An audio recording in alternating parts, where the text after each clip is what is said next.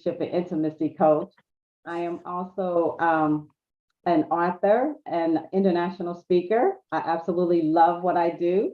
My mission is to empower married couples and women struggling with emotional connection, learn how to prevent drifting apart, to be heard, to be respected, to be desired, so that they can have that deep, wonderful love life that they're looking for.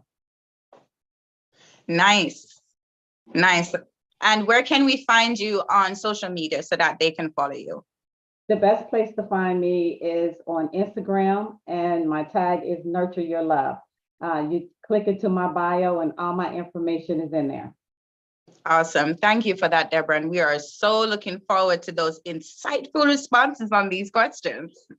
All right, up next, we have my lovely Piscean sister, Toy Too Tall, in the building. Come up, Toy Too Tall, introduce yourself, and let us know where we can find you. Hey, I am comedian Toy Too Tall, and you can find me on all social media under TOI_TOOTALL. I do a little bit of everything, mainly comedy, stand-up comedy, and I do a lot of hosting. And I'm excited to be on the show. And our birthday is Saturday. Yes, it is. And we loved you on our last virtual show, Toy Too Tall, and we can't wait to hear what you have to say on this one. All right. It seems as if the ladies are representing tonight. So I'm going to bring up Just Niche. Please introduce yourself and let us know where we can find you on social media.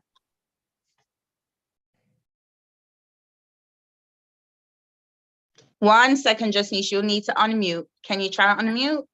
There we go. I had to switch phones. I am so sorry. I had to go get my mama's phone. Oh dear. It would not work. It kept being choppy, so I don't know what's going on. There was some hate. But yes, I am comedian Just Niche from Chicago, and you can find me on all social media under Just Niche, JUSTNESH. That's on all platforms. Nice. And I am looking forward to a little comedy from you as well, if possible, because your comedy is lit. It is funny, and I thoroughly enjoyed. Thank you so much. So are we good to start the show, Tim? All right. So I'm going to hit it off with the first question that was sent in to us via Facebook. All right. So someone has sent in, we've been together for 4 months, but I haven't been in my boyfriend's house because he lives with his parents. But I don't want to meet outside constantly. He is scared to be caught. What should I do? So basically, her man, okay, if I talk too fast, just let me know. If you can't understand, just let me know. We have a female who has a boyfriend who lives with his parents. So he doesn't invite her over to the parents' house, and she no longer wants to be meeting out or hooking up outside. She wants somewhere, you know, where she can call home and relax. What should she do? And I'm gonna hand this over first because you're looking directly at me, Just Niche. I'm gonna hand it right over to you. What should she do? She does not want to meet outside constantly, and he is scared to be caught. What should she do? Find her a man with his own apartment. No, I'm just playing. But I feel like maybe they should try to invest in maybe a hotel room and go get some privacy. She don't want to get caught by who? His parents? I would say if he doesn't want to get caught, which sounds like he maybe is keeping it a secret. I don't know. But that question. Okay, that's what I said. Get caught by who? Your mama or your girlfriend, who probably is who you stand with. So if you got a wife, just say that. Because I'm pretty sure if he's an adult male, he can have female company if he's living with his parents. So tell your wife you have a girlfriend. No, I'm just kidding. He said, tell your wife. And she want to come over. Okay, no. I think I'll have to agree with that one, because if you're going out with someone for 4 years, 4 months, you should want to introduce your partner to your parents. So yes. that's a little fishy to me. Yeah. All right. 22 Tall, what you gotta say? It's to get caught for me. Like, this is why if I can't come over your house, I don't want to date you. Like, because it's too many people out here in the world living a double life. And that definitely gives me double life vibes. When I first heard I don't want to get caught, I was like, how old are they? 16? Like that's some stuff that make me like, I ain't crazy, but I might be a little crazy because now I'm gonna wait and see if I see some old people coming out the house. Like, I need to out the house now. I need proof to live with your parents. Like, I gotta know. I'll agree with that one. I see Dirty Red put a message in the chat, but I'll check that in a sec. Okay.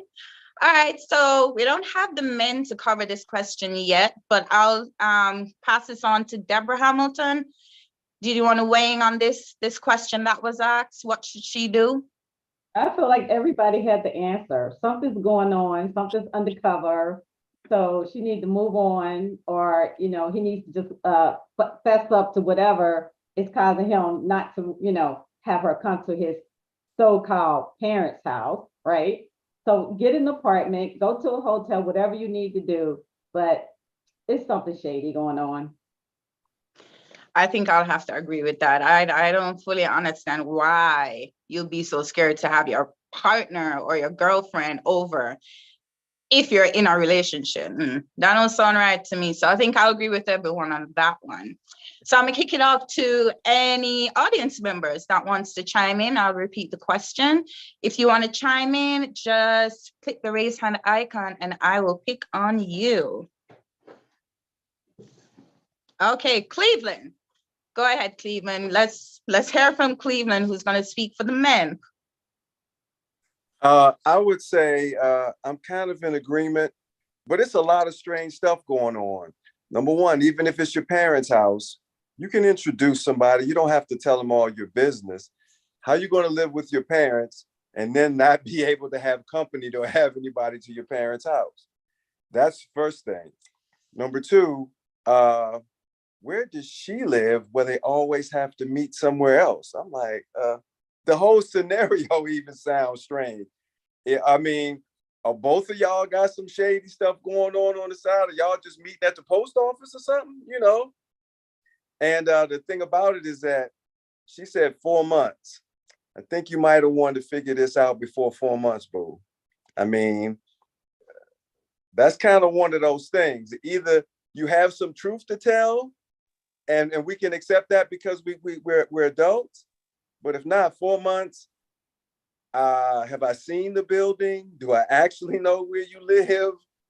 Like she said, some old people coming out. I don't know anything. You can't introduce me to anybody. And yeah, both of y'all sound a little bit like one of you is deceiving and the other one is playing a part in being deceived a little bit until I can't take it anymore. So it is kind of sideways. That's a good valid point, Cleveland. We forgot to think about her side as well. Why there's nothing wrong with him coming to yours either. So what's going on? I don't think so. All right. Any other audience members want to chime in on the question? All right. Hey, Shelby, I see you. Welcome. Hey, Bill. How are you tonight? You're good? I'm good. Can you repeat the question? I didn't hear the whole thing. All right, give me a sec. Okay. This is from a female. We've been together for 4 months, but I haven't been in my boyfriend's house because he lives with his parents. But I don't want to meet outside constantly. He is scared to be caught. What should I do? Caught what? That's the same question we all seem to be asking. Like, caught what? Like, how old are y'all? To me, it seems like caught with her. So he shouldn't be dating. So there's like an age difference probably, or something's going on that we're not sure of. Okay, may I? Okay, yay. I think it's so important when you enter into a monogamous relationship, even a poly relationship, you set boundaries, expectations, and guidelines for your relationship. I was dating this guy and we were so specific. We're like, okay, we're not doing this, we're not doing that, we can do that and all that. And we have never been to each other's house. that was one of the guidelines. I live with my mother. He lives with his, I think, his brothers and cousins. A couple of other people are in that house. We're like, we're not going to each other's house. And we meet outside. We meet at restaurants. We go out. We date. That's how we date, because we don't want to go into each other's space. But we set that guideline and that intention when we first started hanging out, because we knew what we wanted. But you're afraid to get caught. Caught what? Right. It's the caught bit. Yeah, it's the caught. That caught. It's like, why is that the word? And I love how everyone's saying it might be a racial thing. Because Right. I have a friend who is Arabic, and if we ever started dating, he can't bring me home. That is true. His But words, then he's like, what "I do can't bring you do home." when you want to progress with the relationship? What do you do about that? Nothing. We're So- not progressing. We're done. Moving on. No. There's a billion people in the world. Why are we That's so what- focused on? I think, oh, now I'm on a tangent. I'm gonna calm down. It's In fact, okay. I think sometimes we're so focused on how much time we have invested into a relationship that we don't want to lose that. Right. I'll agree It's with like, that oh, one. I've been in this 4 months. I don't want to lose these 4 months. It's 4 months, boo. You're gonna be here 100 years. It's 4 months. If it's not working, it's not working, and that's okay. And that's Yep. okay. And it's not going to change. So you have to make up your mind. Are you going to deal with it, or are you going to move on from it? Eggs. Are you going to accept it? Not even Right. deal with it.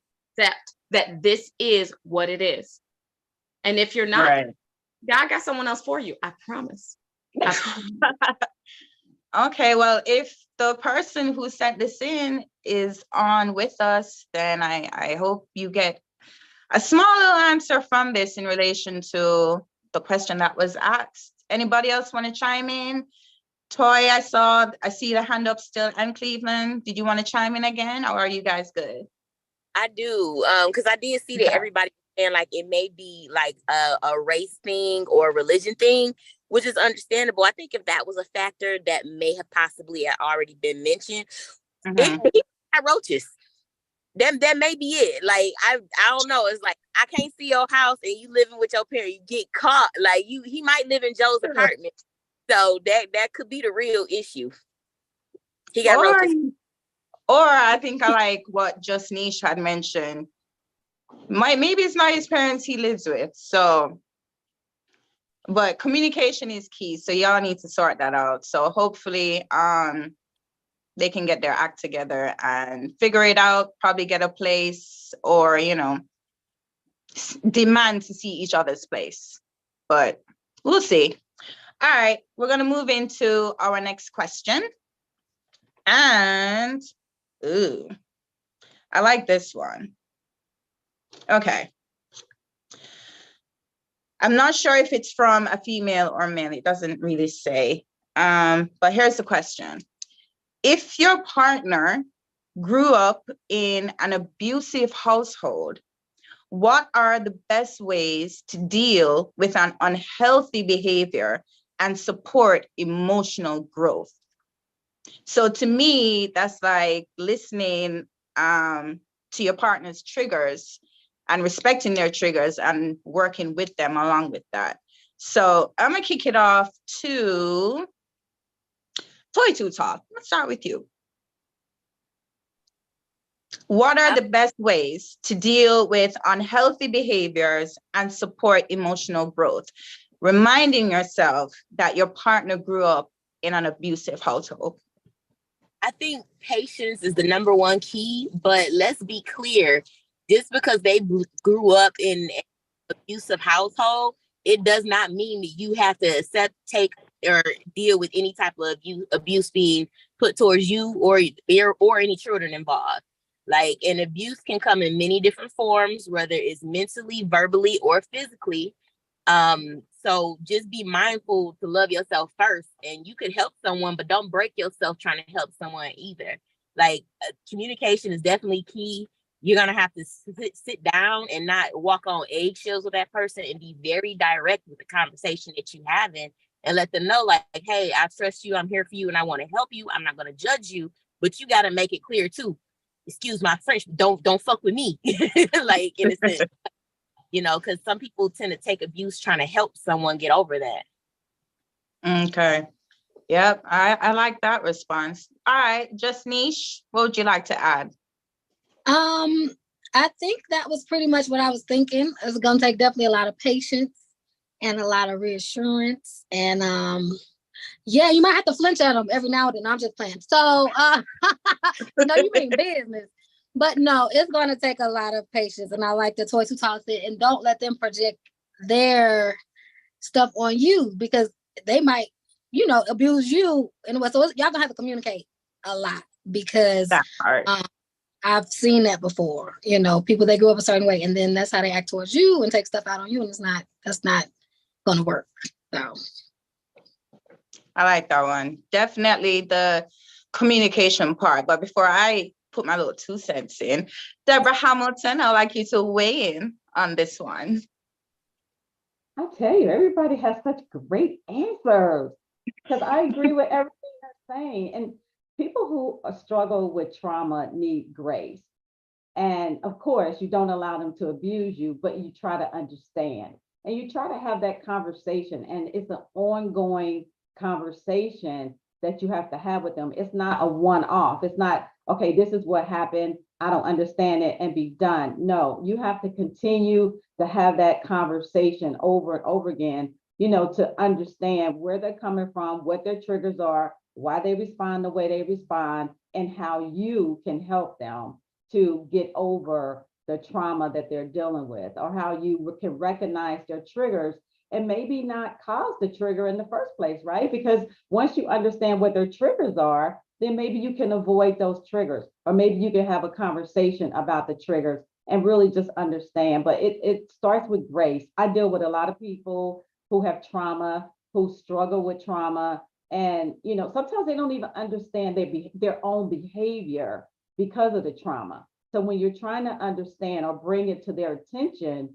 that they are struggling with trauma, or that what you said to them or what they heard, even a smell can make a difference to them. A song can come on that can affect them. It just depends on what it is that's triggering them, and trying to understand why they were triggered and bringing it to their attention to understand how you both can work together to help that person.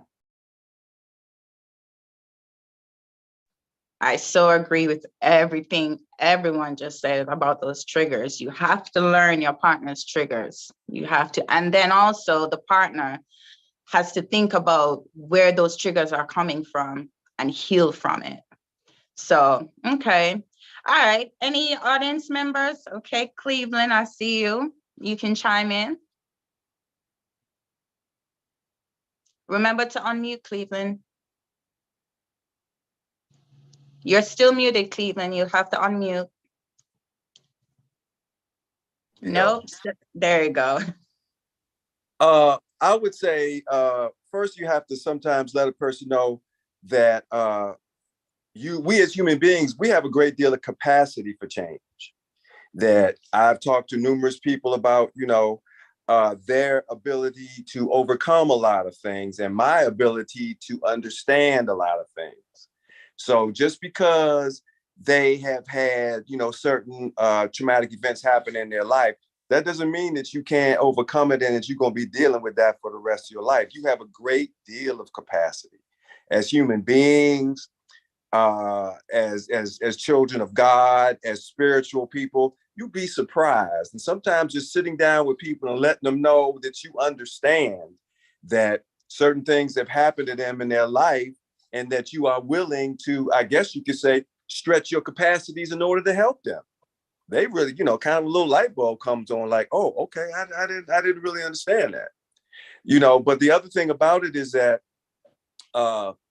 sometimes what I try to do is try to use analogies to let a person understand that you're thinking something is one way, but when you use an analogy or compare it to something else, it would be like, I had a problem, with a person who was really stressed financially when they were young. And, they would do all types of little things like hoard stuff, like you couldn't buy any more. I know a person who wouldn't even flush the toilet unless they did it number 2 because they didn't want to waste water. And I was just kind of like, I understand the dynamic behind that.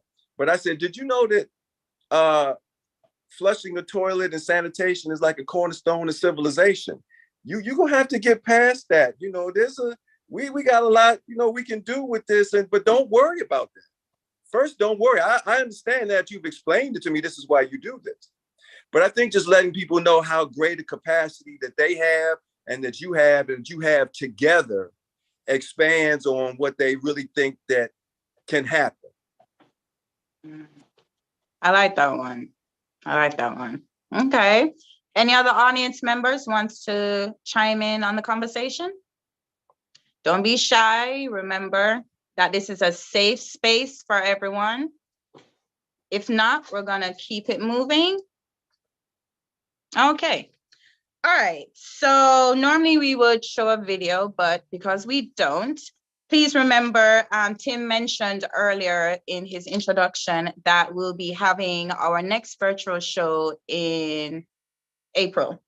And then we're going to be having one of our live shows in May, which is going to be, what you call it? It's a poly dating game. It's a different, what you call it? It's different to what we're not used to, but we have had one of these shows before.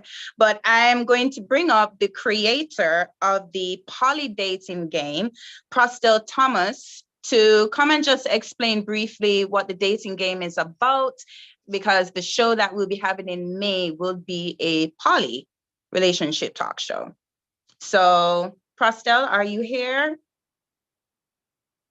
I think I saw him sign in. No, He's signing in now. Oh, he's signing in again. Okay.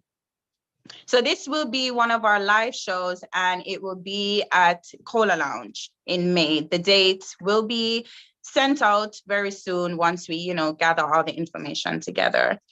So Pastel, can you unmute and just give people an introduction to the poly dating game? Absolutely. I want to first give you guys a major kudos and shout out. I'm a long time appreciator of this space, the heart-to-heart relationship talk show.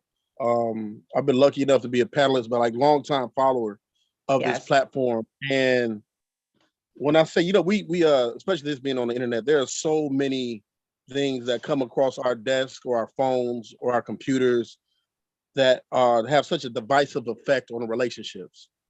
Particularly, being a Black person and looking at the importance of how relationships play such a key role in our struggle to, for freedom and for happiness and peace. So I'm refreshed because it's been a while since I've been on. So just listening to the conversation has been like, what have I been doing? I really need to be on here because as a polyamorous person, I live a life that's heavy on relationships. Right.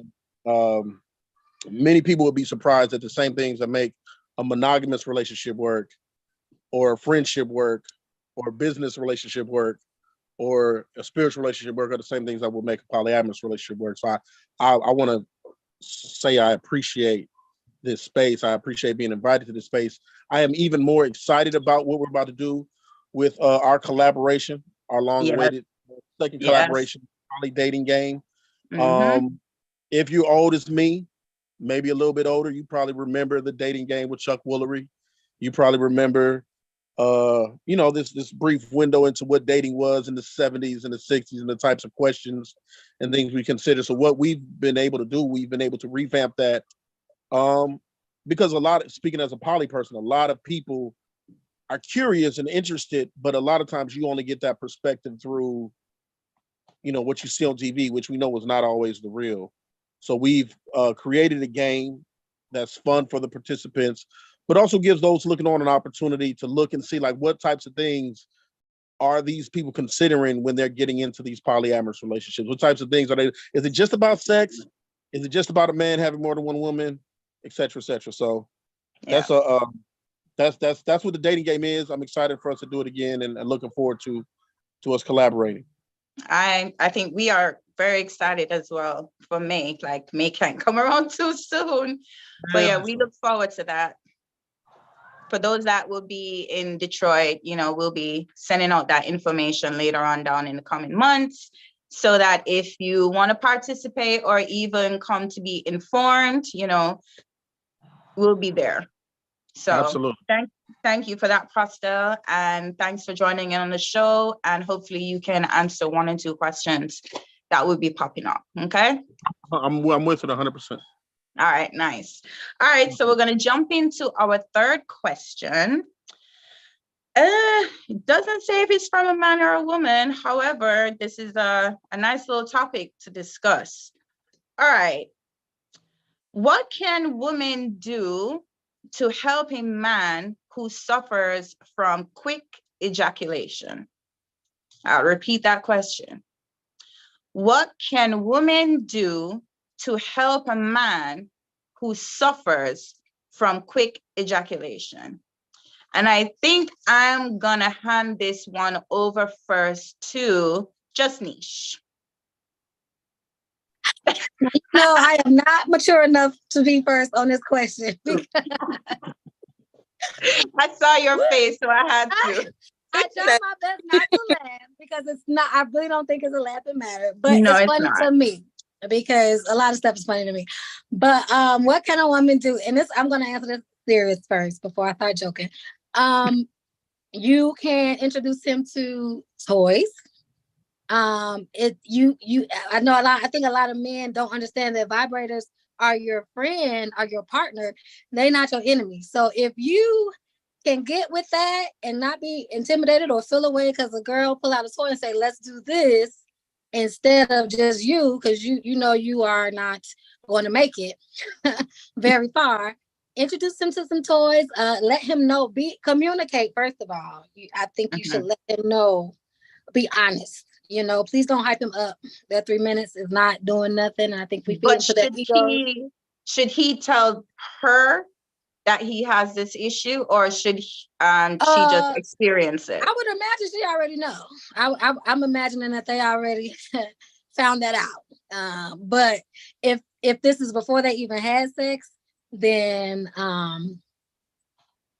don't think that's. I definitely don't want to hear that before we have sex. So I think he should just surprise me. You said surprise. There are many things that could come with a quick ejaculation. So I'm going to wait to see if someone says it, but you said be surprised. He's surprised. And I know is his tongue broke? Because he might have to do a little bit more of that. And then, you know. Yes, he will. All right, I'm going to roll it right back to you, Justnish, but I'm going to hear from others first. Okay, yes. All right, Toy Too Tall. I see you. What's your response?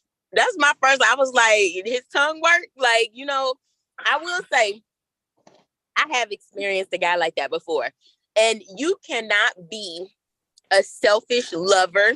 Yo, can y'all hear me? We can hear you now. Is that sorry, y'all. Is that Dante? Yeah, I've been trying to, I'm sorry, y'all. I've been trying to get on here. My internet and this whole setup is crazy. This is my first time. I'm trying to figure this out here. Well, we see you and we hear you. I'm sorry. Right. I'm trying to. That's fine. Thanks for joining, Dante. Okay. I'm sorry. All right. Like that. I'm trying to figure it. That's fine. Can you mute in the process whilst you do that? Is I mute or is it mute? No. Yeah, you're mute. You're unmuted. So thank you. All right. I'm sorry for that. No, it's totally fine. I would definitely say though, like your mouth work just like when a chick come on her period. What's the first thing you gotta say? Like your mouth ain't on her period, so you know what I'm saying. So yours ain't either, bruh. Okay, and just like Niche said, like I would rather be surprised, but that man know what his shortcomings are. You should definitely be a pleaser. Make sure she there 4 times before you get started. You know what I'm saying? And then hit her with the jackrabbit, like bam, bam, bam, and then you know what I'm saying. You good, and she like, oh my god. I ain't have ever had nobody cater to me like that. Oh my God, I love you. And she gonna make you some tacos and you'll be good. and if she still want the pow, you better put a rubber band on it. Like they got the little man rubber band thingy dudes you could put on and you said, hold that thing, shoot. Or get back up. What if he come? Okay, so I got so many questions with this. Like, okay, so he fast, but is he like that for the second time or is he a one and doneer? So, cause that's a factor. Okay, yep, that's one factor. Give me another factor. You have one more factor?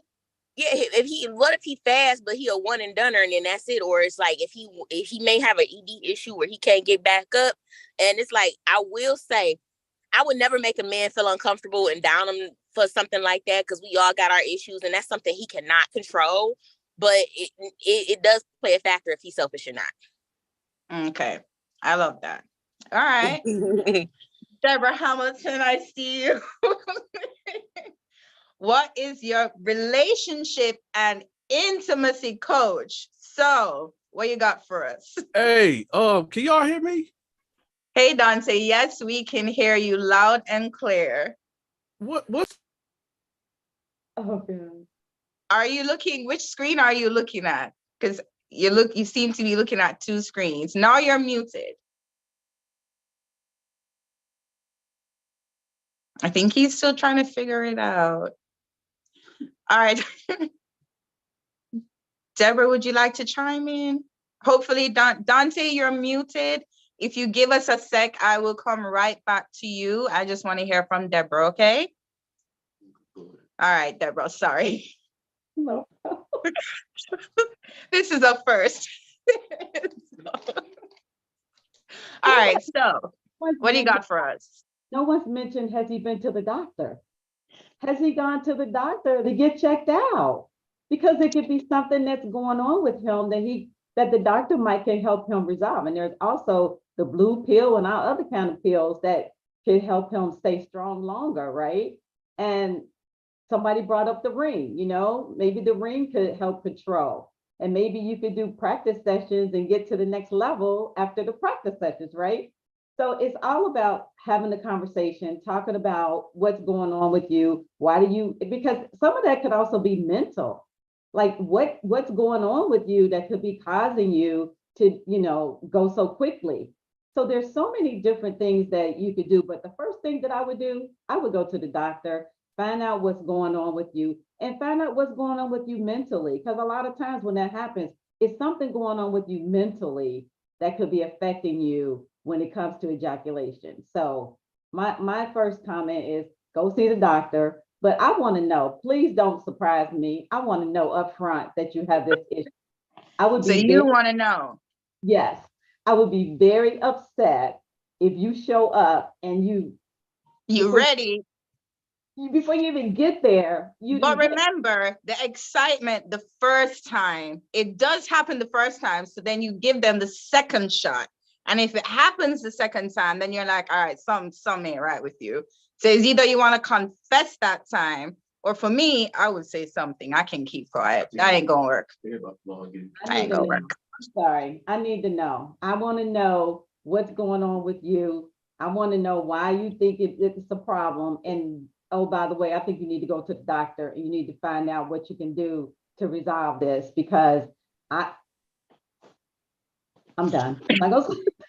I get you. All right. Before I kick it off to the audience, I think we finally had one of our male panelists, Derek. Is Derek in? I'm not seeing Derek. All right. Well, before Derek comes up, I'm gonna kick it to an audience member. So let's start Prostel first. Come on up, Prostel.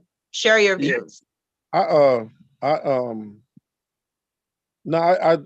really more so echoing everything that's already been said. I think the biggest thing as a man, we want to, particularly a man that enjoys sex a lot, we want to think that every time we have sex is the end all be all of civilization. However, as we mature and understand that, is not quite that simple. Even if you're great at sex, you might have a one-off moment. So I think the first thing is the communication, because you might think you're great. You might think you're great.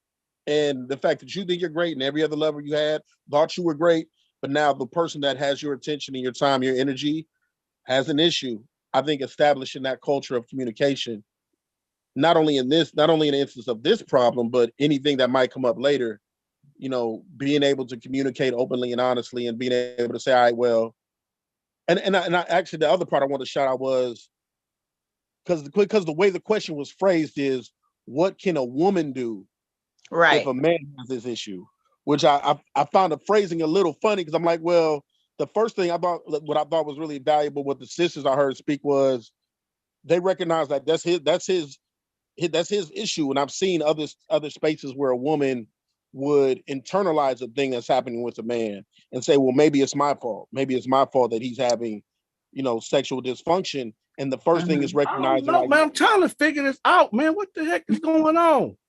Exactly. You gotta put me on the.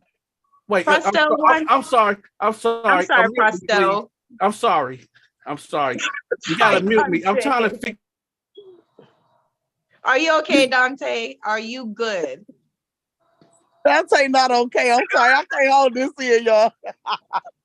Dante, That's the communication I part. can't hold it in. Hey, I can't even raise my hand. I'm laughing so hard at Dante. I'm sorry. I'm sorry for being rude. This is my first time. I promise, Prostel, brother. I'm sorry. No, I was making it. I'm not insulted. I was making a joke out of it. We recognize that Dante's having an issue with his equipment. And we gonna right. I do. I'm sorry. Let me mute up. I'm sorry. Just let Dante answer the All question. right, He keeps so unmuting anyway. Just let him get it. We appreciate you, Dante, and hopefully we can get to you on a question. So remember to mute. Dirty Red, did you want to say something? Hold on one sec. Prostel, were you good? Were you finished? No, that was the main thing. I wanted it to be. I really wanted to highlight the sisters recognizing, like, okay, this is his issue, and I can support him in it, but it's not my thing to fix. So I can communicate it to him, but at that point, brothers got to be proactive about, seeing a doctor, using the technology, talk to other brothers and talk about, hey man, what do you do when you having this issue? And but it's our work. That's our work. Right. I appreciate that. All right, Dirty Red, did you want to say something? Man, I'm tired of this inbox. I'm typing my way off. Y'all killing me on here tonight. I can't do it. I didn't want to even say nothing. I said I'm gonna just tear that inbox up. You know what, bruh? Y'all can't keep jumping up me. Listen, I tried to hold this in. I'm laughing so hard. I can't even come on camera right now. Hair all over my head.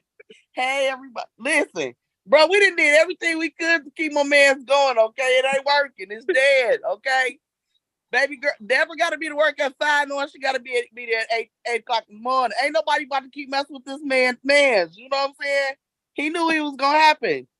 Okay, now I'm not coming off you no more tonight because I'm just dying laughing. And y'all leave Dante alone with them two laptops and him. His camera pop on. Make him answer. All right, Dirty Red. Thank you for your response. All right, I'm gonna ask another audience member, Cleveland, and then I'm gonna get to you, Shelby. All right, Cleveland. Can you hear me? Yes, we can. Okay. Loud and clear. I was thinking first it's ironic that my man keeps prematurely butting in on everybody's conversation. He keeps shooting right in there and not knowing, what's going to happen. I thought it was comic relief myself. But I think realistically, answering the question, it's a lot of factors there, the age, the situation, where it occurs. But I think realistically, I think communicating about what happened and dudes, not being scary about situations, because if you know that the situation has a potential to happen and it happens, let's not get scary about it. Let's not, pretend that it's somebody else's fault. Let's not put it on somebody else, and then just actively, try to work through it based on what you know about yourself, because you would be surprised, like I said, the capacity that people have to want to help you. Yeah. If you want to help yourself and if you treat it, realistically, like I said, if you just got excited because she was so fine and you didn't think you was going to get it this fast, okay, that's one thing. Mm-hmm. But, if you know that, anytime somebody tickles you around the waist, you just shoot off, well, yeah, you might have wanted to tell somebody that. And so just, actively communicate with a person, realize that they probably want to help you or they probably that would have been on their face too. Like, yeah, what the fuck is going on here?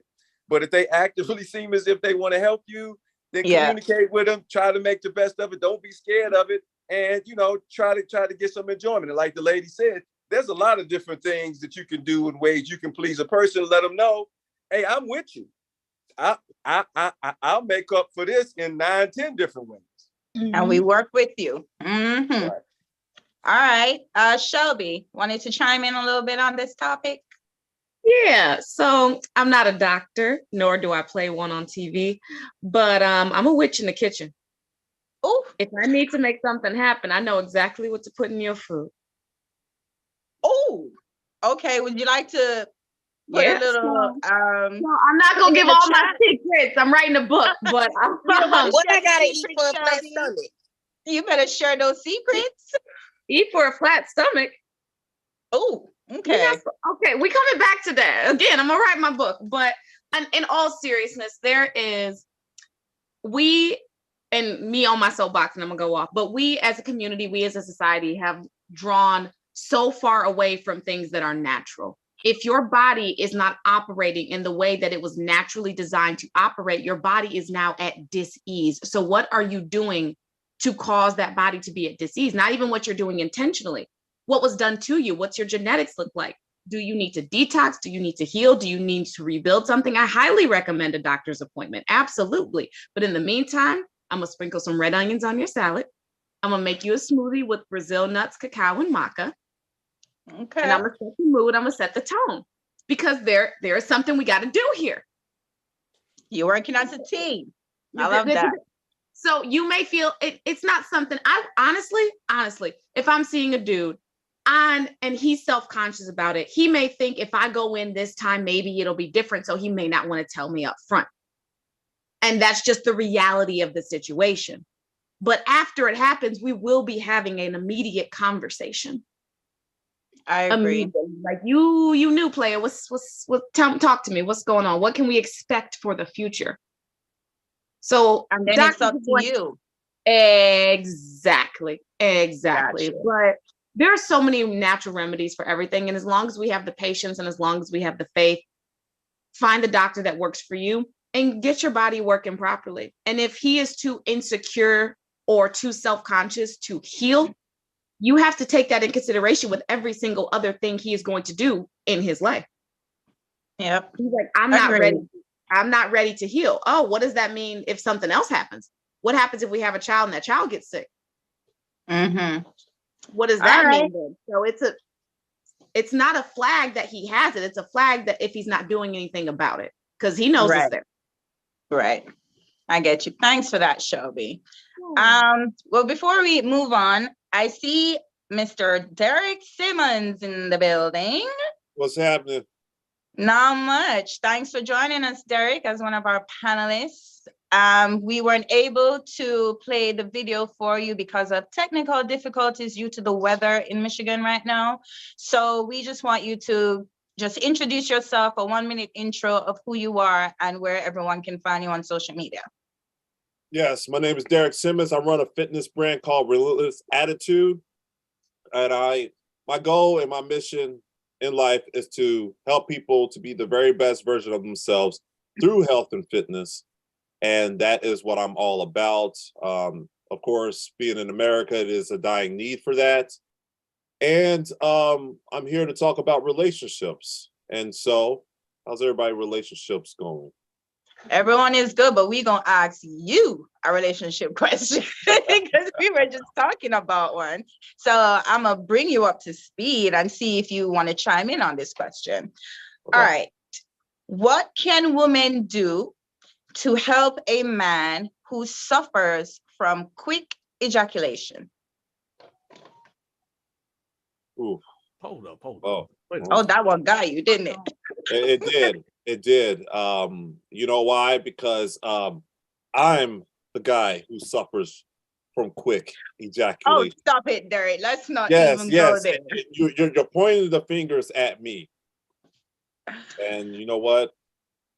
What helps me is that my wife severely talks bad about me. And my small pee-pee that just can't go too far. Derek. He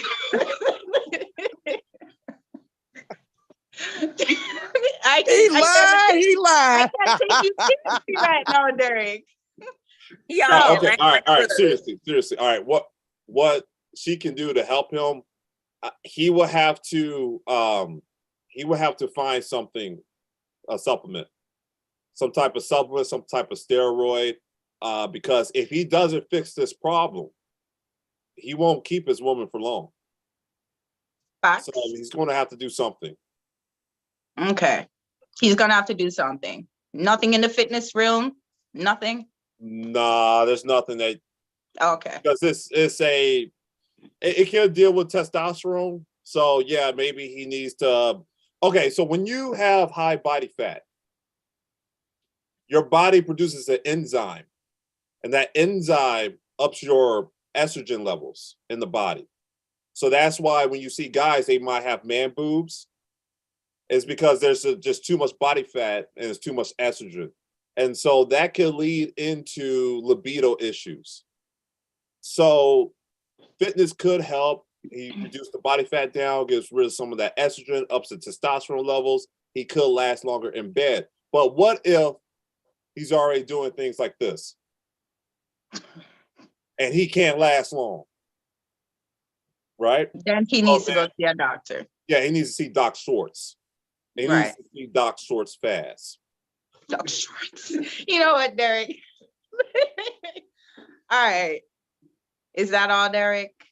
That's good. You gotta see Doc Schwartz if you lasting too short. I can't. All right, Derek. Thank you for that response. All right. I really enjoyed this topic. Seemed to have been a little moviegoer. So before I jump into our next question, just a little quick intermission. Wait. Can y'all hear me? I didn't get to say my part. Wait a minute. You wanted to chime in, Dante? Yeah, but I'm here. We got okay. Hold on, Dante. Hold on, Dante. Okay. I'm sorry, Dante. Please forgive me for not calling on you. So you got the stage. Share your view. Tell him move to the right so we can see his face. He all on the other side. Over here, right here, right there. There you go. So I came in real crazy late. So my whole thing is this: if you come in like 1 or 2 minutes, I say get one off before you come. Like, you know what I'm saying? Just get one off and then wait for an hour. Then you already got that one out. Then you can go all night, basically. No, but suppose he got one off, came for the second round, and nothing is happening, and it's the same thing again. What does he do? I don't know, man. I mean, how many men up in here? Derek. Don't be calling no name. Nobody wants. No. I'm saying it's 2 men in here, and you know. No, they're more. They're more. Okay, because that's what I say. I just get one off first, and you know. Then it's that. Okay. Oh, let me get him. Let me get him. There are exercises that you can do. There are exercises that you can do to help you last longer. Wait, let me get him. Let him get him, y'all. He said get one off and then Dirty Red. Let me get him, please mute that mic. Please let me get him, man. He over there climbing. Dirty Red, please to mute that mic. Sorry, Derek, you can finish. I'm sorry. All right. The exercises. They're slow Kegels. You contract your pelvic floor muscles, hold for 5 seconds, and then relax for 5 seconds. Breathe normally while you do this. Repeat the contraction and relax for another 5 seconds. Do this exercise up to 10 times. Gradually try and hold the contraction for longer. Another exercise that you can do is that, so instead of doing full ejaculation when you're masturbating before you have sex with your woman, what you can do is that you can, you know, rub one off, but right when you feel like you're about to come, you stop, and then you wait for a couple of seconds, let all your stuff go down a little bit, and then you ejaculate, and then you start, you know, pumping it out some more. And you do this over and over again, and that's going to help your stamina longer in bed. Okay. I think you should write that one in the chat, Derek, so some people can copy and paste. Okay. All right. Well, this was a nice heated conversation that we had on this topic. So we're going to move it right along. And I thank everyone for contributing to that. But before we do, I need to shout out our sponsors for the evening. We, of course, have Pharcyde TV. They have been amazing since day one.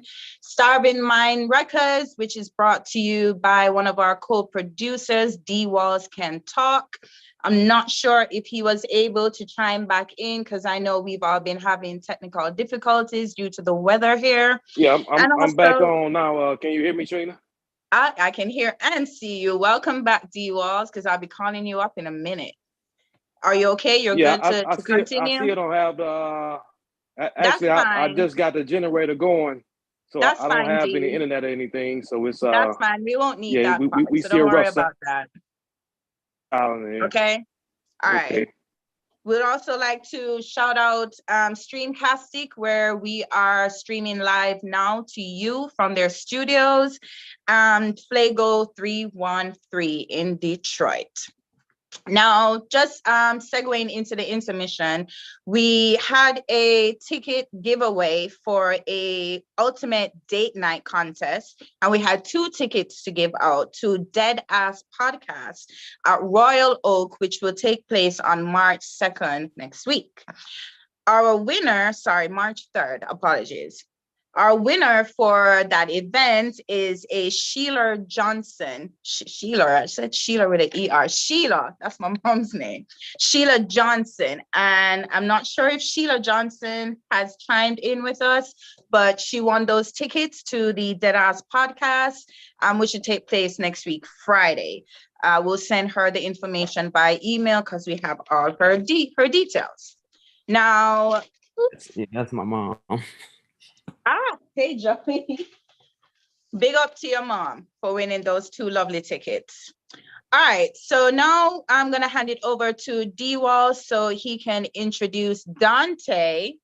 And Dante can just give us a little intro about himself, as we'll be having him on our next virtual show. So if you found him entertaining now, I think it would be great to see him on our next show. So over to you, D. Yeah, peace of mind. Can y'all hear me good? We can hear you. Okay. Yeah, this brother here, I seen him. He's one of the a great storyteller, and I happen to run across his information, and you know we from history, our people have been great with storytelling, and we've been missing that art.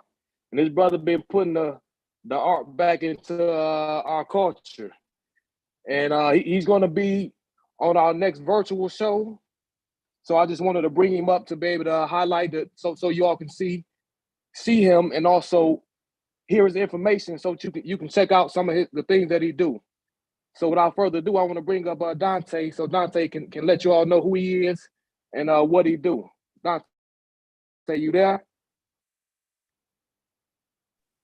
Remember, Dante, you'd have to unmute. You there, Dante? Go right yeah, there. He is. There you go. There you go. Yeah. Hold on. I'm trying to figure this all out. I'm trying to get these people over here on YouTube. So can I get the people on YouTube to come into the live? Because that's what I'm trying to figure out. My tech guy over here, he over here playing military mind games. We supposed to be got it going. You'd have to send them the link that you received, Dante, and then they can come into the Zoom, but you won't be able to just transfer them over. No, I'm sorry.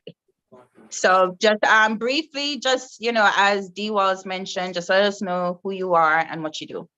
I'm a YouTuber, and I tell stories, and I give y'all prison stories, I give y'all street stories.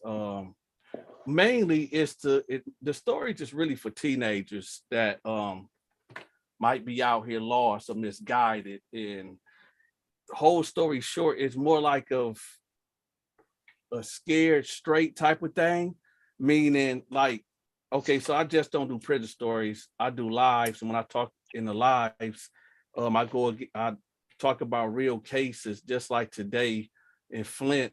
These 4 dudes did a drive-by, and a 3-year-old got killed. And I was just telling people how, when you got to start being more diplomatic, with your altercation, you got to start using your words. And if you got real beef out there in the world, like if you really got to pick up a gun to take somebody's life, it's like, make sure you got, and I don't condone violence. But it was 4 guys, and it just seemed like it was over a chick This dude was banging another dude girl. He couldn't take it.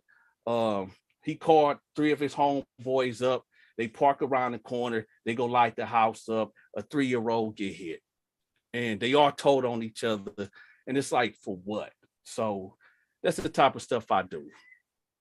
Okay, well, we definitely look forward to having you on the next show, Dante, and hopefully we can get all the tech sorted out before the show. Oh, but yeah. I'm listening on the next question. And tell people your handle, your full name, where they can find you on YouTube. Share that with them. And you can place that in the chat as well. If you have a link, just place that in the chat so people can, go and check out your YouTube channel, okay? Yeah, it's just the Dante show right there. It's somebody, if they see that right there, the Dante Okay. show. Yeah. All right, awesome. Thanks for that, Dante. And we look forward to hearing from you for the rest of the evening. So let's kick it off into our fourth question. All right, let me do a quick read. Okay. So would you marry someone who wouldn't let go gifts from exes, even if you were willing to replace them, or is that being petty? So basically, let's say I was going out with someone and I received gifts and I married my partner and I'm not releasing those gifts, but he's willing to buy those gifts for me. Is he being petty because I don't want him to replace the gifts? Hold on one. If they're being petty, would you marry them? So I repeat it again. Would you marry someone who wouldn't let go gifts from exes if you were willing to replace them, or is that being petty? And I'm gonna kick this over to you, Derek. Can you hear me, right? I can. Would you like me to repeat it? No. So Okay. the woman has gifts from exes. She doesn't want to let them go because she, those gifts mean something to her, and it's very meaningful. She loves them. It gives her great value, right? I don't know about the great value. We might be overextending on that part, but these gifts might mean something to her from an ex. So yes. It means something to her. Right. It touches her heart. Yeah. She loves that. See, when she looks at that gift, it makes her feel, it gets her juices going, right? Bye, Felicia. I can't speak for her. Bye, Felicia. For her, Derek. Bye. Well, what is this? What? So Derek, will you marry them? Oh, you got this ring from him, huh? Oh, okay. You want to keep the ring, or you want to keep me? That's how we playing. You want to keep the ring, or you want to keep me? Okay. All Last right. time that I recall, I'm the one that's paying the bills around here. Suppose you're not paying the bills alone. Well, then I'm Okay. not. If I'm not paying the bills, if I'm not taking care of her, if I'm not the man, legitimately the man, right? I'm not talking about I'm some dude that's living at her house on her couch playing PlayStation 5, playing some Spider-Man 2. No. I'm talking about, no, I'm the man. She's at my house now. I don't need no possession from another man. Our house. Well, yeah, our house. I don't need no possessions from no other man. I just don't. No. Okay. All right. Just niche. What you think? All right. I think, first of all, who is telling you which gifts are from who? First of all, shut up, young lady. Because he should know Dante gave you that bracelet, Charles gave you the car, Leroy gave you the purse. So if it ain't got his name on it, I feel like just shut your ass up if you really want that gift. Now, this is a Pandora bracelet. We could throw that bitch in the lake. But if he gave me a Chanel purse, I'm sorry. I'm not gonna go running and telling the new guy, like, this purse from Dante, but this is my favorite purse. This is a $5,000 purse. So just shut up. Wear your gifts. I mean, if it's like a ring, like an engagement ring or something, of course. I mean, just switch the finger. Because this ring costs $6,000. Or just shut up. I don't see the point. And you even opening your mouth to tell your new man, your fiance, that, oh, well, this is from this, And if it's really, Like if it's one of these joints, this little energy beat, you could throw this bitch in the garbage. But we talking about really good gifts, then I think that we have to, it depends on the gift. And shut up. Hush. All right, I think I like that one. Toy Too Tall, are you keeping it hush or are you gonna say something? First of all, you ain't gonna know who the gift came from. You just gonna know it's mine. Like, I don't even know. I'm never gonna be like, oh yeah, he bought me these. Oh yeah, he bought me this coat. Oh yeah, he bought me this bracelet. Like, what's the point of even bringing that up? Like, sometimes we talk too much and kick our own self in the ass, just like Niche said. Like, shut up. You know, you gotta do is shut up. And because that particular gift, it doesn't even mean that it necessarily has any type of sentimental value. I just like the bracelet because it's cute. So it doesn't mean that I'm holding on to my ex or anything like that. But I will share a story with y'all. Like, me and an ex have moved together, and it was his first time moving out the house. I have been out on my own already, but so that means I already had furniture, and we ended up moving in an apartment together. And he's like, this is a couch set that I had from college. And he's like, I bought it myself. No one gave it to me. And he said, have you slept with any guys on this couch before? And I said, hell yeah, I was in college. And then he said, well, he wanted to throw the couch out. I said, well, that bed was given to me from my brother and he fucked all his girlfriends on it. So you want that thrown out too? Or is you about to buy a new couch and bed? And then he like, all right, well, we'll just sanitize it. Like, come on now. Like, some people, like, sometimes we as people, we be worried about the wrong shit. Like, for real. It's not that serious. That's true. Depends on the gift. Yeah, some gifts hold a little sentimental value for some people, so it depends. Because I ain't gonna lie, I may feel some type of way, but yeah, but that's just me. Find out that the gift came from the ex. Are you gonna say like, oh, so who bought you those boots, or is that information? Maybe not gifts like that. Maybe more sentimental gifts, but not gifts like that, like shoes, coat. No one cares about those things. But all right, Deborah Hamilton, chime in for us. Okay, y'all. Why y'all act like when you meet someone, that's the first person you ever met? Come on, we all have history. We all been with other people, right? Mm-hmm. What's wrong? Why are you so insecure? I'm choosing you. If I wanted them, I'd still be with them. So let's get over ourselves. If I got something that I like, I'm keeping it. I had a life before I met you. I hate this. It really bugs the mess out of me because we always act like we got to be number one 24/7, like no one else should exist, like no one else was in our life before you came into our life. But I'm with you, so it shouldn't matter. So everybody need to just get over it and move on and appreciate the person that you have today, not what happened last year, 10 years ago. Get over it. Move forward. I'm gonna spit something in that. Suppose they were with someone when they were given those kind of gifts. What do you mean they were with someone? Like suppose they were in the relationship and then maybe they deviated for a little bit, got some gifts, and then came back. Oh, you making it tough. Oh, you just made it tough. Devil's advocate. I'm just asking. Okay. But who am I with today? Who am I with today? Who have I chosen over that person I was with before? That's the key to everything. I'm not going to live in the past. I'm not going back there. You choosing me today, and I am with you today. That's what's important. It's not about what somebody gave me before. And if you stepping out and that person knew you was stepping out, that's a problem right there anyway. So that's true. Personally, I'm not going to worry about what somebody gave you in the past. I'm going to worry about today and where we are in our relationship today. I don't have time. We got too much stuff going on, people. We got too much stuff going on to worry about what someone else gave us years ago. Oh, heck, last week, but I'm with you this week. Okay, get over it.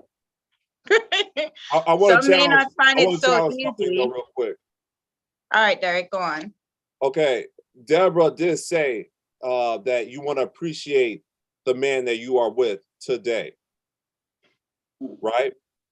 Yes. So if it bothers me that you have this sentimental gift, from another man that went balls deep inside of you, okay? Yep. Well, does that show me appreciation that you're gonna keep the gift Flip against the my script. wishes? Flip the script. What? Flip the script. The only gift that I got from past women is the gift between their legs. I got no other possessions. But isn't that Well, that's unfortunate. You should have picked some better women, Derek. Because why you ain't never got a gift? that's our problem that no one gave you a gift? That's not our problem. Yeah. That's not our And problem. maybe and maybe you should do a little better in between their legs. You would have got plenty of gifts now. I blame you, sir, for your lack of gifts. All right? But I'm not taking this TV. Hey, this goes into my pee-pee conversation. Maybe I'm not really lasting that long, huh? And We believe you now. We believe you. I thought you was playing at first, but I get it. You're right. So, yeah. We believe you. All right, any audience members? I see Cleveland hand up. Let's go, Cleveland. Join in. Remember to unmute. Remember to unmute. Okay. I was thinking, I agree with the insecurity thing. Like, if you really think you the man, then it didn't start till you showed up anyway. I mean, because there are a lot of things that people attach sentiment to. That's fine, but that's their take on it. Imagine this. Imagine somebody wanted you to give a car back that your parents bought because they don't like the fact that they're giving you gifts. That's your motherfucking problem. My people gave this to me. They love me. I can't get caught up in how you feel about my life before I met you. Exactly. You know, because I think a lot of that is really, really insecurity because you don't attach the same importance to things. I was telling somebody, I like shoes. And they were like, you have a lot of shoes. I said, but see, these shoes are part of my life. I was wearing these shoes when I first graduated from college. I was wearing these when I moved away from home. So there's a sentimental attachment to certain things. I don't have to explain it to you. That's part of my life. And if you can't get past that and accept the fact that I care for you and want me to give up what makes me me, nah, that's not a good look. That's not a good look at all. And I may not be the one for you. Because if I was the person who did that, you probably wouldn't even fucking like me. All right, just to segue, I saw a question sent in the chat where it mentioned pictures. Would you keep pictures? Let me double check because I saw it in the chat. So can I keep the thongs my ex gave to me and the picture she sent? Me? Yeah, I'm asking you that. I'm flipping it. Can you keep those? The thongs. I'd be like, if you want to keep some funky drawers and that makes you happy, I don't know what to say except as long as you don't put them in my drawer. Now, I don't want to come in and catch you sniffing them, talking, thinking, oh, I missed them. But outside of that, I'm sorry. I'm sorry. Why do I care about a pair of drawers somebody gave you 2 years ago? I'm sorry. I don't know what to say. But what about even the pictures? Would you keep the pictures? I have pictures from 25, 30 years old. You mean my first girlfriend that I met when I first, was in high school? You want me to throw her picture away? That's part of my life. Why would I do that? If you can't hold on, were you clothed? Suppose they're sexual pictures. I would say it's still the same. I'm secure enough that if you had a picture of 20 years ago of somebody's titties or somebody's dick, I don't know why I'm even been out of shape. How do I even know about that? Am I going through your drawer? You have it pasted up on the wall or something? That's different. But now I'm going through your photo albums. I'm going through your stuff saying, whose dick is this? Nah, that's a little bit different. I know whose dick you should be looking at, but I mean, really, I'm going through the photo albums and stuff like, oh, who is this? Why was you kissing him? Really? Get rid of that? Really? Nah. All right. We're going to come back to that one. Prostel? Yeah. Prostel, what you got?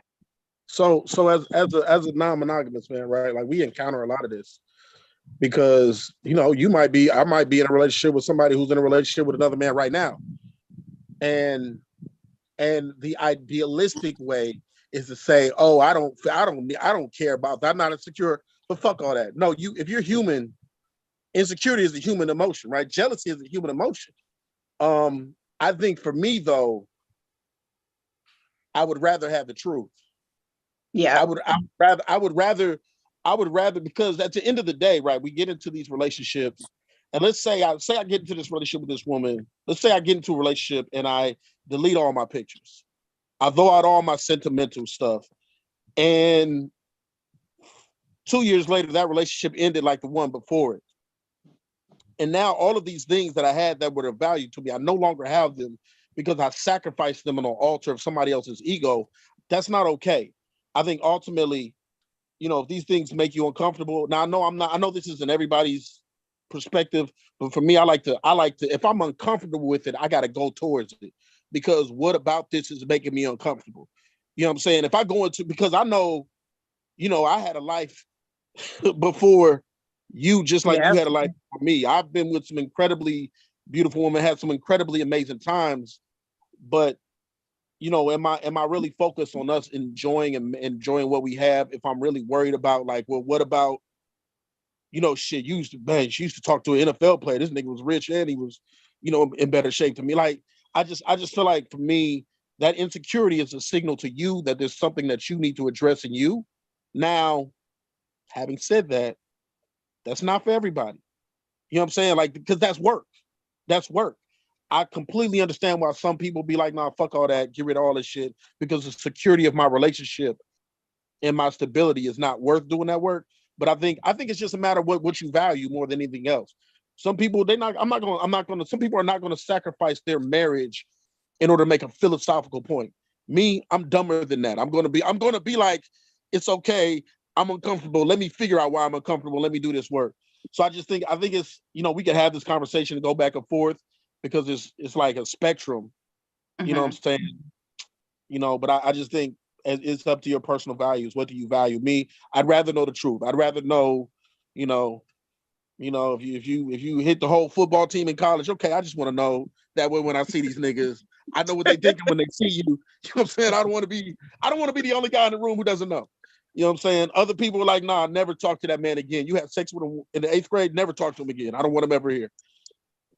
It depends on your personal values. Mine are mine, but I don't project mine on other people. So okay. All right, Costello. Well, thanks for that perspective from your view as a poly guy. All right. Is that Toy Tutal? You wanted to chime in back again?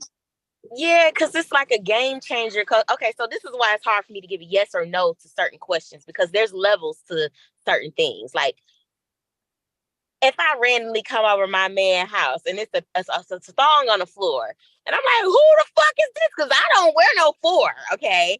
And he's like, oh, that's something that I have for my ex. I got this thing, I like panties. And so you mean to tell me you just got a box of panties somewhere? That just leave too many doors open, because he could have had a chick over. You don't know.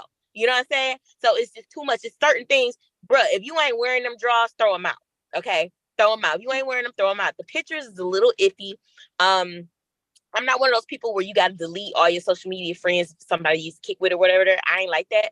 But certain pictures, like, oh, you and your ex got to flick together or something, trash it. Like, it don't let me find out. If you going to keep it, okay, you need to keep that.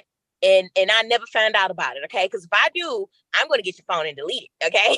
And then we can make our own or something. But it's just certain things that you got to let go. Like, I'm not going to have you throw important or like material things away, but certain things like pictures, some flicks, some draws, if they ain't your draws and you ain't wearing them, I'm gonna need you to toss them, bruh.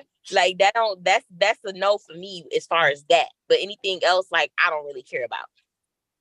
Y'all be talking about these drawers. Y'all should just throw that away. Keeping all these dirty drawers in your drawer. If he keeping drawers, though, what'd you say, Derek? If he's giving something like draws, he's brokenhearted, and he hasn't gotten over his ex, and the ex probably broke up with him. And so that kind of communicates to you that you're like the second option. You think so? Something Or like he got draws, yeah. that is- Because that means I was over infatuated with this person. Like I looked at her like she was like my own personal god. So I'm Maybe some not. draws. Maybe Not- they just what if maybe he misses it. He could miss it, or she could miss it. Whoever had the drawers in the drawer. That's my Or- point. That's my point. He missed They that. probably just miss it. So yeah, I think I get your point. I get your point. That's as close to that ass he's gonna get is them draws. what if Hey. So what if he got the current female that he's with underwear too? Like he's seriously a panty collector. Maybe That he too. wears because he's a psycho. No, I'm just playing. Well, you on a point. Maybe he wear y'all draws when y'all away because he's crazy. He's a freak. But yeah, we getting rid of them draws. I'm sorry. That's thank next level. you. Yep. Yeah. Take away the drawers. Put that in the trash. Yeah, Mhm. the draws gotta go. Now, And that keep in mind, they're fresh, they're new, and they're right here. there's some All cologne. right, so we're going to jump into I think it's our 5th question. Wow, we be going. All right. We're going to be talking about the dating world, and it's in reference to the age difference in relation to dating older or younger people in relation to your age. So is the age gap in sexual partners really a big deal if everyone is at least 21? Both men and women do it, but why is it more looked down upon when men have younger women? And Just Niche, you know I'm gonna kick this off over to you. You're muted. You have to unmute. There you go. I had somebody trying to join the Zoom, and I'm like, girl, I don't know. They trying to join it late. So one more time, can you repeat the question? I'm so sorry. Sure, no problem. All right, so we're talking about the age difference when it comes to sexual partners. Mm-hmm. Is the age gap in sexual partners really a big deal if everyone is at least 21?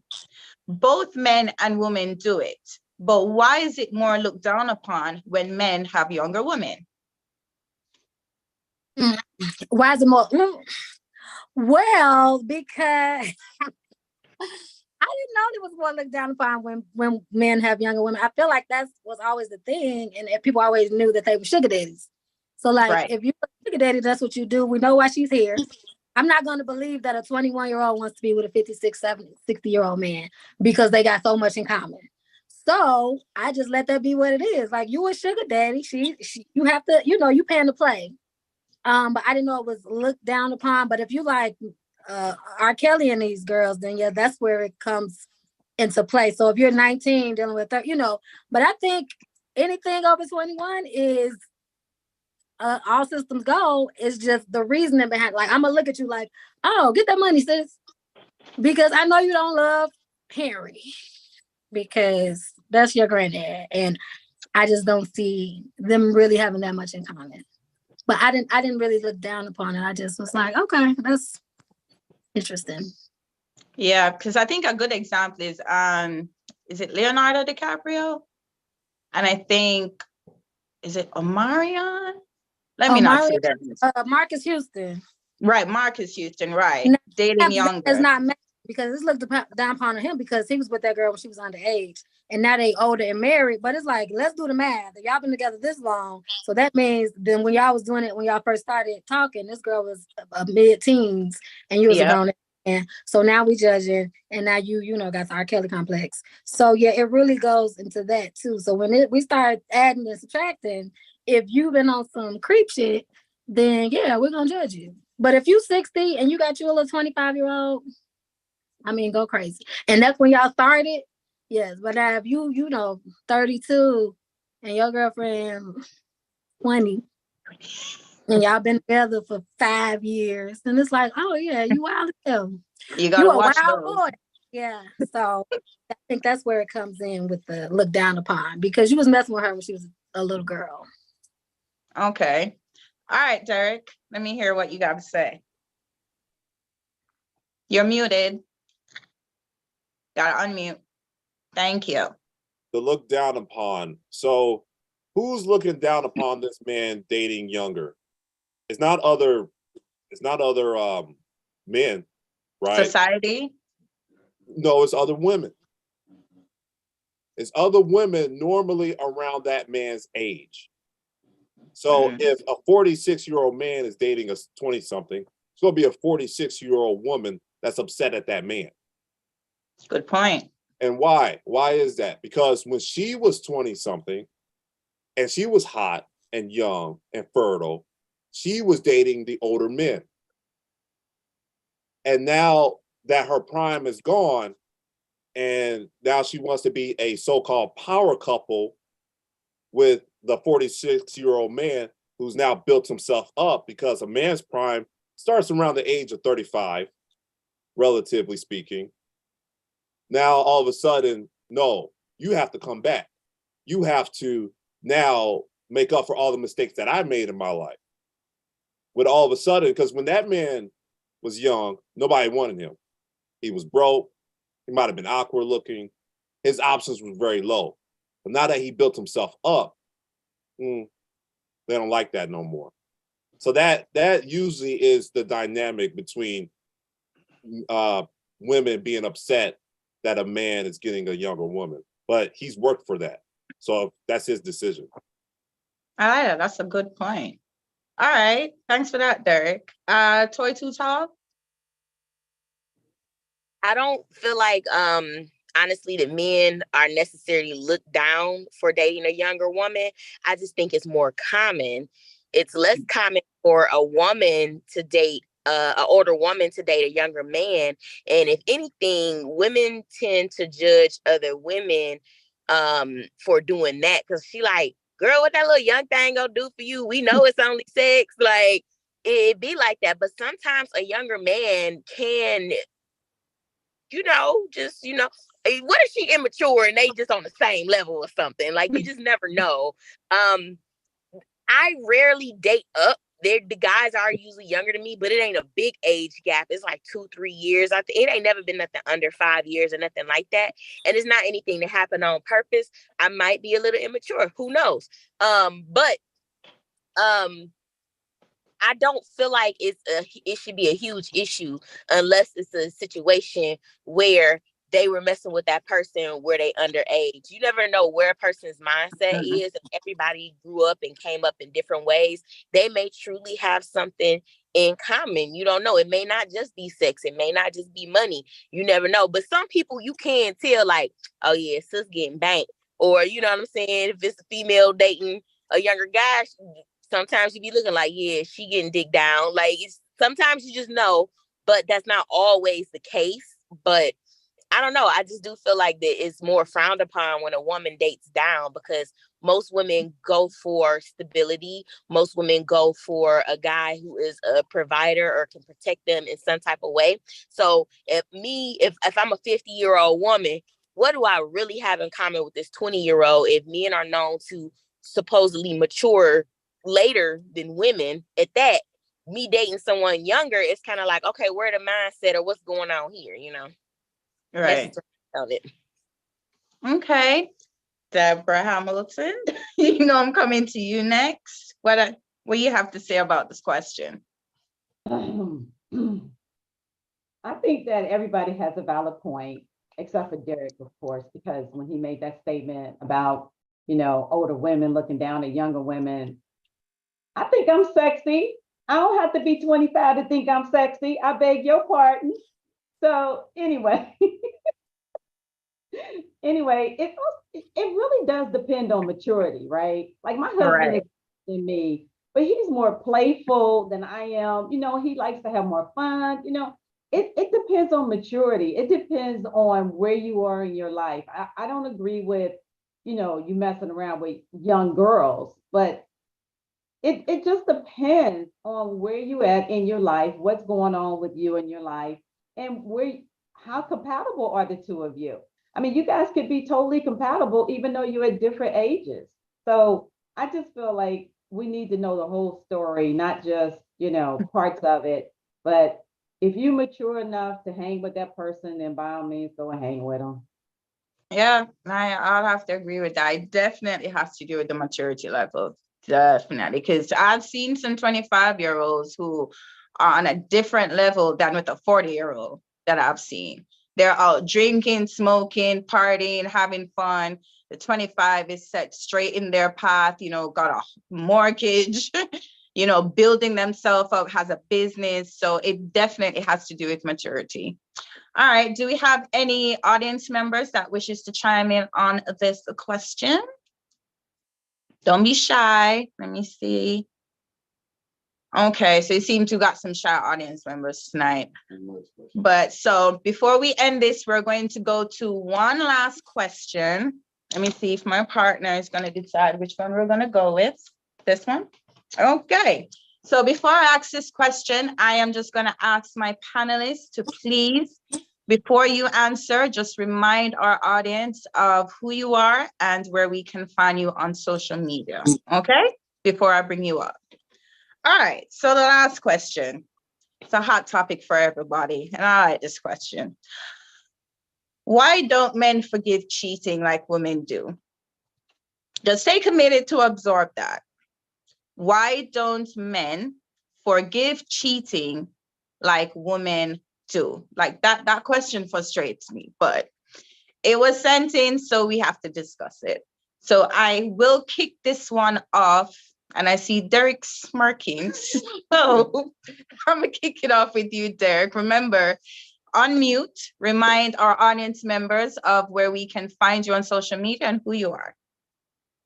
Again, my name is Derek Simmons. So you can find me at Relentless Attitude, YouTube, Relentless_Attitude on Instagram and TikTok. Okay, so the reason why women accept cheating is because she is with a high value man.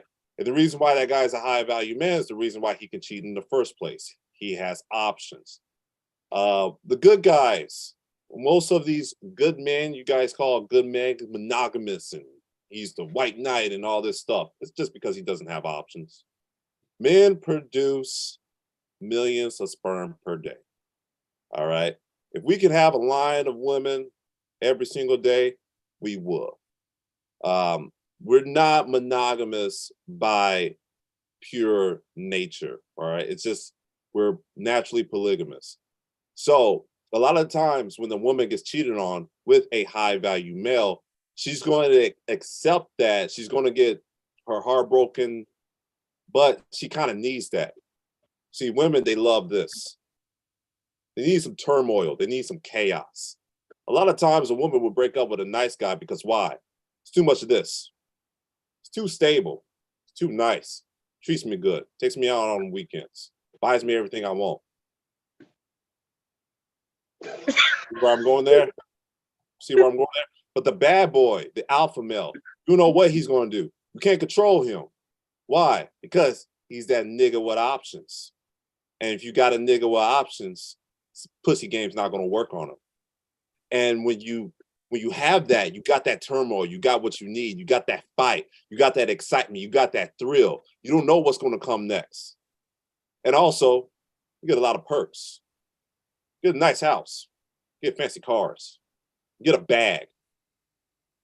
So women are more acceptable to this because it's just nature. Every woman wants a guy that every woman wants.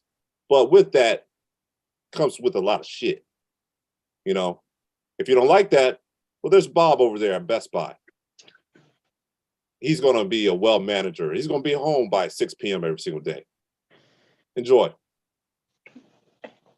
I don't believe in everything. I don't agree with everything you said, Derek. You said some strong points, but I don't agree. I ain't accepting nothing. I'm still waiting on Derek to answer the actual question. Was anybody waiting? Why are men not? Why the period was why like, don't men forgive? Why don't y'all forgive? That was the question. Yeah, he went off. Streets. Think about it. I had to go into that to get to the real to explain why. Because the dynamics between men and women are not the same. So, for instance, you take that high value male that's doing all that cheating. That woman does the cheating. No, that it doesn't go that way. And here's why. It's because men are dogs. We can go out and we can go out cheap, but we will be home. We will be loyal, and we will kiss you and tell you that we love you. And we will be there the very next day. But with women, when they cheat, it's real. It's an emotional connection. You want to see why? Listen here. See how good looking I am? See how much of a stud I am? Your juices get going just by looking at me, right? No. But you still won't have sex with me because why? There's no emotional connection. Because you come 3 minutes. You told us that. That's why, Derek. We don't want to have sex with you. Hey, though, but if I make that emotional connection with you, that 3 seconds that I'm going to give you, baby, is going to be the best 3 seconds of your life. All right, Derek. So you know what, Just Niche? What you got to say, Just Niche? Just remind us where we can find you on social media and a quick reminder about who you are. Okay, thank you. Because I think my mama name is under here, right? I'm on my mama's phone. Yeah. Right. Damn. All right. Big up your mama. Big up your mama. Because I wouldn't even be able to do the live. My phone was cop blocking like a mother. So everything is Just Niche, y'all. JUSTNESH. And if you just go on Heart to Heart page and look at the flyer, just follow me straight off that because I know we talking and stuff. Y'all not gonna do it right now. And also, I'll be in Detroit, y'all, at the end of April, and I want y'all to come to the show. I got some tickets for anybody on this live in Detroit. Just shoot me an inbox, and I'll get y'all some comps. We'll be a punchline. Nice. So I had a great time. And to answer the question, why don't men forgive cheating like women do? Because there's some crybaby ass. I was finna call, but I don't like to do that. But no, it's really, I feel like they condition can't take it because I feel like they think it's an emotional connection. But women, what I think men don't understand is we're all human. So we all do human things. And there, a lot of times, it doesn't have to be a connection at all, just like with men. But whereas women, we can't say that because then you're a hoe. So we just have to keep it to ourselves and have y'all assume that we are emotionally tied to this man. No, we just probably wanted to get our rocks off and we right back home. We right back cooking. We right back, so I feel like that's why they can't forgive because they feel like you have emotionally connected to another man. And it's not always the case, but I get it. And and it's then y'all really not. And on top of that, y'all just some crybabies. But that's my spiel. Thanks for that spiel. All right, Toy Too Tall, my Pisces sister, give us that perspective. Hey, so I'm Toy Too Tall. You can find me on all social media platforms, TOI_TOOTALL. Derek, did you peep that every woman in here face like this when you was talking? Because Liz was trying to wonder where you was going with that. Because first of all, a high value man does not equate to cheating. Like I know a lot of low values that be slipping and sliding and two-steppings, okay? Like, it's like it sometimes be the ones at the lowest value that cheat the most. So it does not mean that you are high value just because you're cheating. Like we got to throw that out the window. I do feel like that going back to a lot of people tend to say things like men are not meant to be with one woman. Whether you believe that or not, it boils down to you got to communicate what works with your situation, whether you doing polygamy or you monogamous or whatever the case may be. Y'all got to work that out and talk to each other, right? I'm more so into monogamy, and all I know is that men cannot take cheating more than a woman, and I simply feel like it's because women are used to it. It's more common for a woman to be cheated on. We used to getting our feelings hurt, to be honest. So when it happens to a man, y'all don't know how to take it. It's like, y'all, I'm on my 20th time and you on your first, bruh. Chin up, okay? Like that's all it boils down to. We more used to it. Men and women are nowhere near the same. We are nowhere near equal. And that I do believe that because in life, relationships, work, all of that, we go through totally separate things as being a man versus being a woman.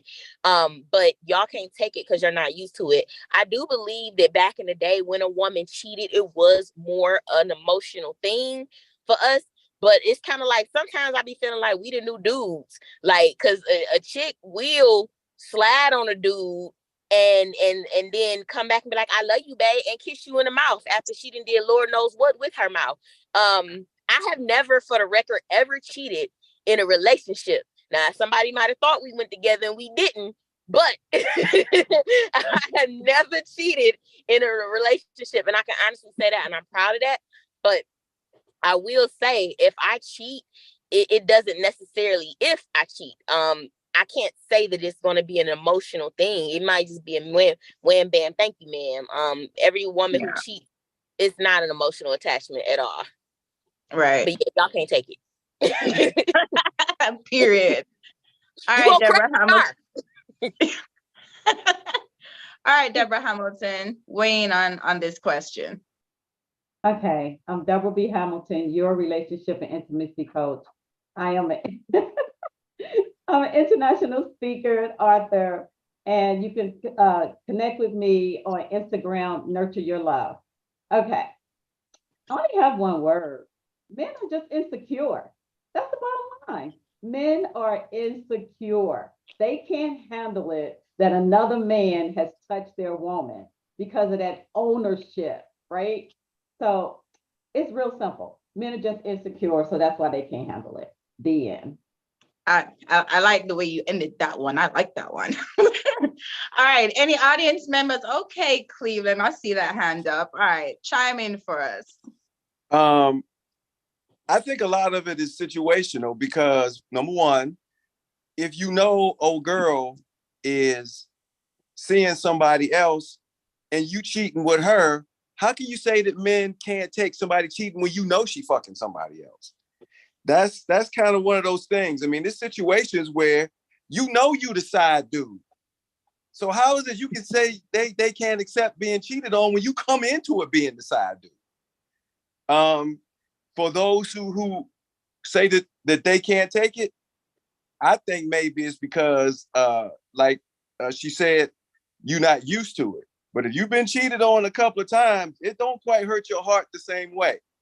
If you find the chick that you think you really want to be with, and y'all understand each other, and you find out, oh, she slid over here, nah, you still the one. I'm not that fragile. You know, especially if we have an understanding, well, you know, I probably did some things that I'm not too proud of in life. If you accepted that and you still with me and I'm still that dude, we got a lot of road to cover for me to get caught up on some dick you might have said don't really mean nothing. And in the end, I think, you know, I don't know why people think that women can take it more. I think women can take the idea, but that's why they want to know all the details, because when they really find out that when you say it was her, we did this, we was in Chicago at the hotel, motherfuckers will pull a gun on you. So there's some other factors. I think just believing it or thinking it or having ideas is one thing, but when they get all of that, oh no, them hot grits is coming for you. I would say something, but I would not have it held against me. I gotta say one last thing though. Go ahead, Derek. Because the two ladies below me, they say something that was very identical. Below you? What do you mean by below you? Below me on the panel. Okay, I just had to ensure what you meant by below you. They're right below me. I just had to ensure that's what you meant, Derek. But yeah. I think you're talking about me and you, Niche. Okay. All right. So yeah. Just Niche and Toy Too Tall. Niche and Toy. You guys both said that when we may not sleep with men that we have an emotional attachment to, but where did that came from? So you got masculine and you got feminine energies, right? And you guys also said, well, you know, we've been cheated on more. Don't you think that being cheated on led you to not feeling that emotional tie-in to random dudes? Well, I've never been cheated on knowingly, so I wasn't speaking from a point of being cheated on. I was speaking on the point of knowing women who just do that and there's no emotional connection there. So I'm not sure where it came from, but I'm familiar with that aspect of it. So do you think naturally women are naturally built that way? No. Some are. If you in love and you naturally no, but it's definitely happening and doable. I mean, it's going on and it's been like that for a while. We just don't talk about it. Yeah, women sleep more, in my opinion, than most dudes. And that's probably true, but we're not gonna be boasting. We can't. Ain't nobody gonna talk about that shit. So it's just like they do it, they get in, get out, and they going about their business. Now, men is like, oh, I got bitches, I got hoes. I'm the man. Like, no. So it's that emotional connection that people think that women probably just want to get their rocks off.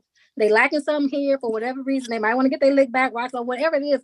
But it's more reasons than just, oh, I done fell in love. I done fell for this man. I'm gonna get him some too, or So it's happening.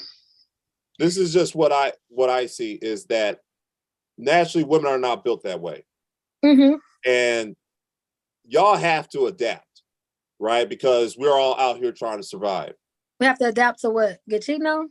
Get cheated on? No, adapt to the environment in general. So, for instance, a high value man doesn't necessarily mean that he's making all of this money. The high value man could be just that dude on the corner in the hood, right? But everybody looks up to him as that dude. That could be that high value man in that situation. Okay, so let's say if you had 1, 2, 3 of those guys, right? And they were the ones that cheated on you. Well, eventually you're not gonna feel that love. You're not gonna feel that emotional connection anymore because you've been hurt so many times. So that got you to that point now to where you can just hook up randomly because you don't give a F no more because you already gave your heart so many times. Getting your lick back. I'm just talking about those women who are like still committed, still in. That sounds like I'm gonna get my lick back. You on bullshit. I'm gonna be on bullshit too. But I was speaking from a place where women will cheat on your ass and not think twice about the guy who they cheated on with and be right back. What they just said, oh, I was just messing with them girls. I'll be right back. It's some women. Oh yeah, no, I'll be right back. And it's no emotional ties. They just saw something they wanted or liked. It happened. Yeah, I was just playing with them girls. I'll be right back. So women on it too. And I feel like that's a human thing. But like I say, as women, they own that, but I'm not saying. So Derek, sorry, let me chime in. So Derek, I know a few women who, and I don't know, they have both, they have testosterone, estrogen, they're mixed. But I know some women who weren't cheating on, none at all. And they're just comfortable. They just want to get what they want to get and they want to keep it moving. There are women out there like that, not a high percentage of them, but there are women out there who just want to get and keep it going. No emotional attachment, no nothing. They just keep it moving. And that's how they are. You know what? I think it's sometimes been a case of if you can't beat them, join them. Because all throughout social media, I see, through discussion posts and having talk with friends and things like that, I always hear about guys complaining, you knew what it was. Why'd you get emotional? Why'd you get in your feelings? Okay, because a lot of guys tend to want to have sex outside of a relationship, but then they want to complain about a female getting emotionally attached. So I feel like a lot of females have learned to cut those emotions off. And then being able to do that, now you're in a relationship, you do not doing right, whatever that happened, this chick decided to slide on him, go do her thing on the side and come back. And the thing came up about feminine and masculine energy, and I guess that's the new thing to say now. But like I said, I've never cheated, but I do understand it, and I know why women cheat, and I know for a fact, thanks to some of my friends, that they can slide out and do their thing and come back, and he'll never suspect a thing. And that woman is just as feminine as ever. She's not out here sleeping with a gazillion guys, but she had that when got her rocks off. Like with my situation, I have been cheated on before, and it was the case of the baby mama. You know, he sliding, you know, did back with his baby mama. She came and told me, and I was like, all right, I'm out. I didn't feel a need to get my lip back or nothing like that because that's nasty. And I don't like a lot of bodily fluids in my area. So Right. you know, I was good on him. But it's just, I don't know. I feel like women have been conditioned to become tougher. We as humans are adaptable. And it's kind of like now it's because we tougher and we like, all right, I'm good on you, bro. Or we quick to peace out or go do our thing. Now it's, oh, you're not being feminine. It's kind of like, I feel like sometimes we damned if we do and we damned if we don't. So it's like, do what make you happy, sis. Right. Okay, well, before we close it off, thank you so much, Toy, for that response. Let me just go over with one more audience member, and I see April. If April can unmute and chime in on the question. Hey, April, hello guys. How you doing? I'm great. I think it depends on the complexity of the relationship. And I say this because, for example, if you have like a couple that's been together for a long time, men are not very open and they're not very emotional. And I think when they have established that type of relationship with the person that they're with, it's almost like, I finally broke down my walls and like, you know me inside out. Why? You know, I'm not going to accept that you would do something like that because, again, men aren't emotional. They don't let you in. And then, you know, for example, someone who they're with, you know, they finally break down the walls. They finally open up and they do something like that. And then they're just like, you know, well, you know, this is why I don't open up in the first place and da da da da da. And they just want to cut it off immediately. So from that point of view, like I can see how that, you know, could be like a reason why they don't accept the cheating because it's hard for them to like really trust in the first place. They finally let their walls down, they let you in and you do that. So now it's like, oh, fuck everybody. Like, I'm not going to trust nobody no more. Like, this is why I don't deal with females and I'm just going blah, blah, blah, blah, blah. That's one point of it. And the second point of it, I feel like it's like entitlement because you feel like as a man, a woman should not do that. But it's okay for a man to do that. And so I feel like that's where it's kind of just like, those are my two views on it. For one, you know, having that type of relationship with the person and they break that trust, it's so taboo when it's like a female that breaks the trust, and it's not so taboo when a man does. And then, you know, just entitlement, like you have the audacity to do that. Like that's not something that women are supposed to do. Boy, April, love that response, April. And big up yourself. Jamaican in the I know, building. I finally made it. All right. So before I close out the show, trust me, I want to thank everyone for joining us tonight. I had fun. I hope you all had fun. The questions were very interesting and some insightful responses were provided as well. And I hope for those who sent in the questions, you know, I hope you got some relief, some understanding, and you can move forward in the situation that you are in. So before we close out, I'm going to bring up Mr. Timothy Hill, Mr. Producer, to close out the show and thank everyone once again.